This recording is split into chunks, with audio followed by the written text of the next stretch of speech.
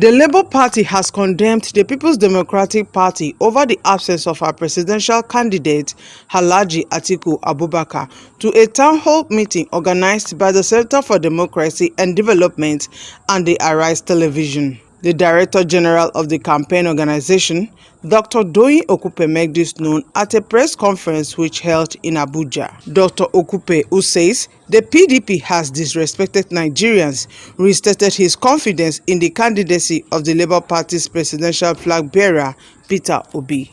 The decision to present oneself as a presidential candidate does not start and end with the purchase, submission of forms and certification as a candidate by INEC. It also forebodes on the candidate a high degree of responsibility to present himself or herself for open discussions and explanations on his policies, visions, and plans for the people to enable a better understanding and engender an appropriate choice by the electorate in the coming elections. It is our firm conviction that anything short of this simple, transparent, and honest adherence to this basic contract of responsibility falls short of the standards of fair contest and engagement and can only be interpreted as mischievous evasion of a desired interface with the Nigerian people. The Labour Party presidential campaign organization finds it totally reprehensible and inconceivable that any presidential candidate for this election should think that they are doing the voting public and indeed all Nigerians a favor by appearing in person at these scheduled programs, which are a fundamental part of the election season and process. These candidates who have assumed the position of emperors and rulers are not responsible politicians who are willing to serve and listen to the people, place their position of trust in critical jeopardy by their high horse of arrogance and non-accountability. For the avoidance of doubt, His Excellency Mr. Peter Obi is prepared at any appointed time to engage the Nigerian people on his mission and his vision for the people and the country, whom he seeks to lead competently and responsibly. It is an established fact beyond contradiction that Mr. Obi is currently the leading candidate in the country in this presidential race. And yet, because the truth of the matter is that when you hear about a presidential debate, who do people really go and listen to? Let's be honest. Who are they desiring to listen to?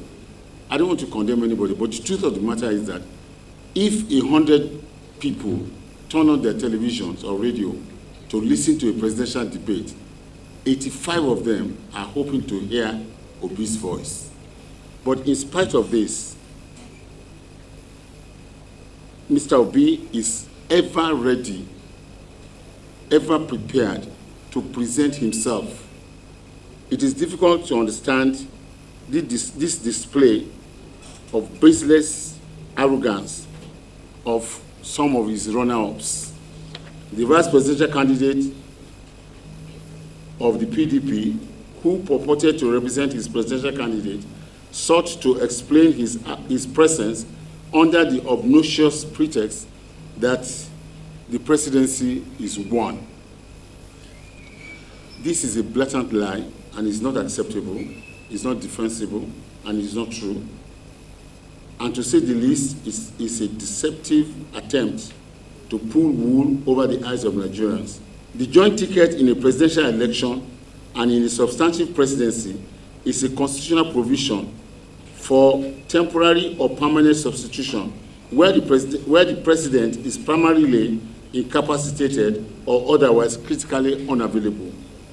For the avoidance of doubt, the onus and the duty of presenting his position, vision, policies, and plans, and responding to questions therefrom is the responsibility of the presidential candidate in first person, including the fact of being held accountable for his presentation. This primary duty of care and response cannot be relegated, delegated, or avoided as a matter of deception or evasion, as it encompasses the right of the people to full and total knowledge of what the candidate has in stock for them.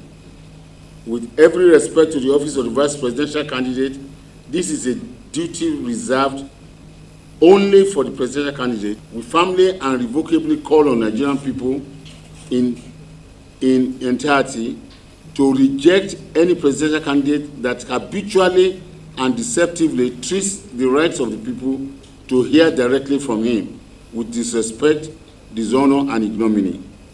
Finally, let us make it clear here today that these recurring acts will no longer be acceptable to the Labour Party presidential campaign organization. The Nigerian electorate should be more circumspect and watch the attitude and the behavioral patterns of those who aspire to lead them.